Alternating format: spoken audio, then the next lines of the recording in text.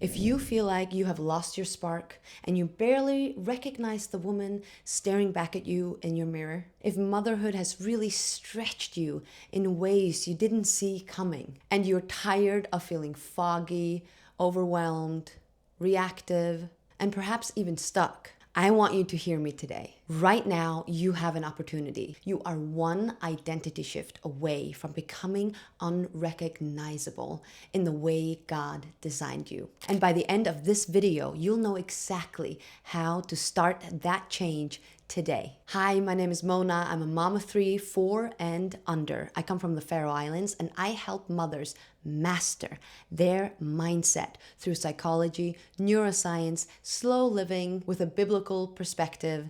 I like to sprinkle some Nordic wisdom in there. And we are having so much fun while doing all of that. And like many of you, I have had seasons where I just don't recognize myself. Having had 3 children in 4 years, and I also had 2 kids 2 and under, that really does something to you and your suddenly new identity. While having all of these children, I have moved countries, I've moved towns, and last year I moved from my home country to America. So I have built my mind, my identity multiple times, but every single time something became clearer. You don't reinvent yourself by accident. It doesn't happen. You reinvent yourself through intention, by intentionally wanting to become better than you were yesterday. This video is part of our Spark series, and you are welcome to binge on that after this video. So let's lock in on who you are becoming. In this video, I'm going to break down 3 identity shifts that will truly make you unrecognizable, and you can start today. Identity shift number 1. The mind you feed becomes the life that you live. Romans 8:6 says, focus the mind on the flesh and you'll die, but focus it on the spirit and you'll have life and peace. In other words, the flesh is all of our distractions. It's comparison, it's overstimulation, scrolling, fear-based thinking, and survival mode. The spirit is clarity, intention, God's guidance, peace, wisdom, and alignment. Bottom line, where your mind goes, your life will follow. Most mothers don't lack motivation, even if we frame it that way. What you do lack is a direction. Dr. Michael Merzenich, one of the leading neuroplasticity, found that repeated thought patterns physically reshape your neural pathways. In other words, every thought you repeat becomes easier to think, quicker to access, and more automatic. This means that if you keep repeating the thoughts such as, I'm failing, I can't catch up, I don't have time, I feel exhausted, your brain begins to treat those thoughts as part of your identity. But this is also good news because the same is true for thoughts such as, I can start small, I am capable through God, the Lord is with me every step of my way. Let me just take one thing at a time and not worry about the rest. The thoughts that you rehearse become the woman you will embody. Dallas Willard once wrote, what you choose to focus on determines the person you become. This is identity language, basically. Identity isn't built in giant moments. It is built in micro-focused moments. If you want to become unrecognizable, the first shift is this. Feed your mind the future you want to live in. Because your brain is always under construction, and you are the architect. So in other words, you decide how you want to be, who you will become, how you are, what you think, what you feel. You decide. It is up to you. That's probably the coolest tidbit in this video. If you like what you're seeing so far, I have a free workshop linked below, and it's all about your mind, your body, your spirit, and your calling. And we dive even deeper into becoming who you were created to be by God. Identity shift number 2. You become who you consistently are, not who you occasionally try to be. Matthew 7:18 says, good trees can't produce bad fruit, nor can bad ones produce good fruit. Jesus is describing alignment.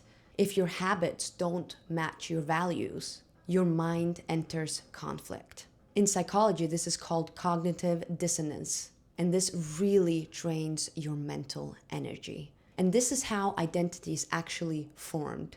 Our thought leads to behavior. Our behavior leads to identity, and our identity leads to lifestyle. That's why it's so important for us to start with the way we think, to understand the concept that it is in our hands, that we can decide how to think, how to view ourselves, what stories are we telling ourselves. Is it true?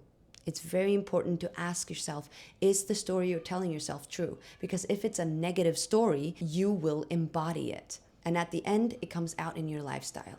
It comes out in your identity. It comes out in your behavior because of the thought that you are having about yourself, about your situation, about your life. Stanford researcher B.J. Fogg found something really interesting in habit formation. Tiny habits change your identity faster than motivation.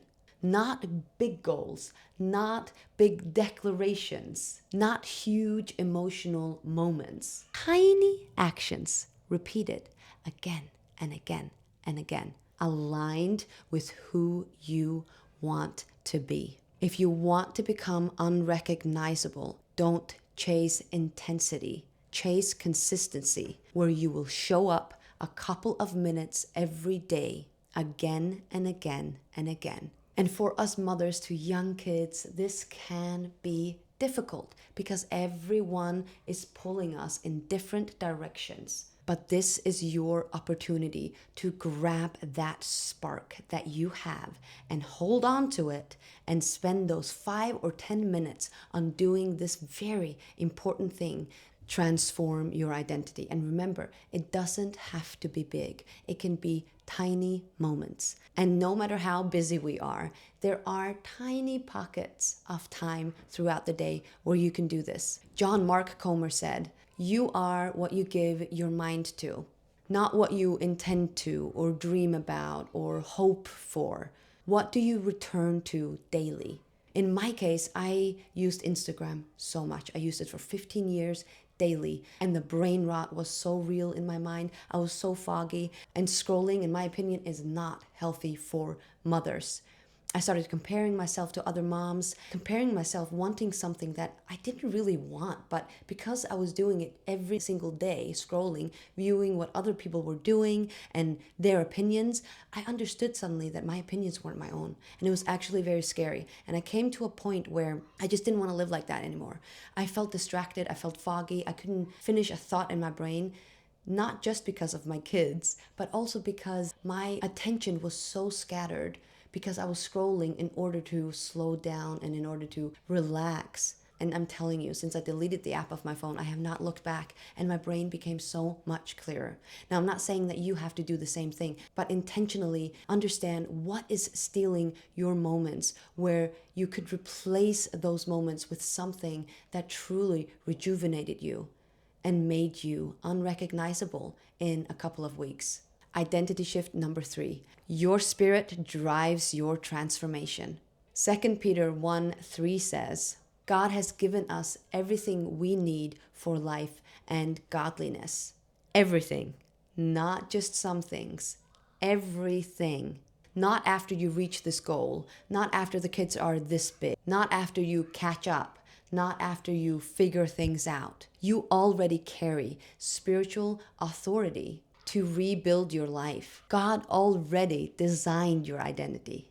We just have to step into that identity. Harvard researcher Dr. Herbert Benson discovered the relaxation response. He showed that prayer, reflection, and stillness actually lowers our cortisol, strengthens the prefrontal cortex, improve emotional control, and restores clear decision making. So stillness and prayer and reflection really helps us come back to ourselves, come back to what God intended us to be, to do. And all he wants is us having a relationship with him. By being still, by being reflective, by taking a break, a step back, will make you feel anchored again. This is also why Nordic countries, where I'm from, we prioritize still mornings, slower living, and presence.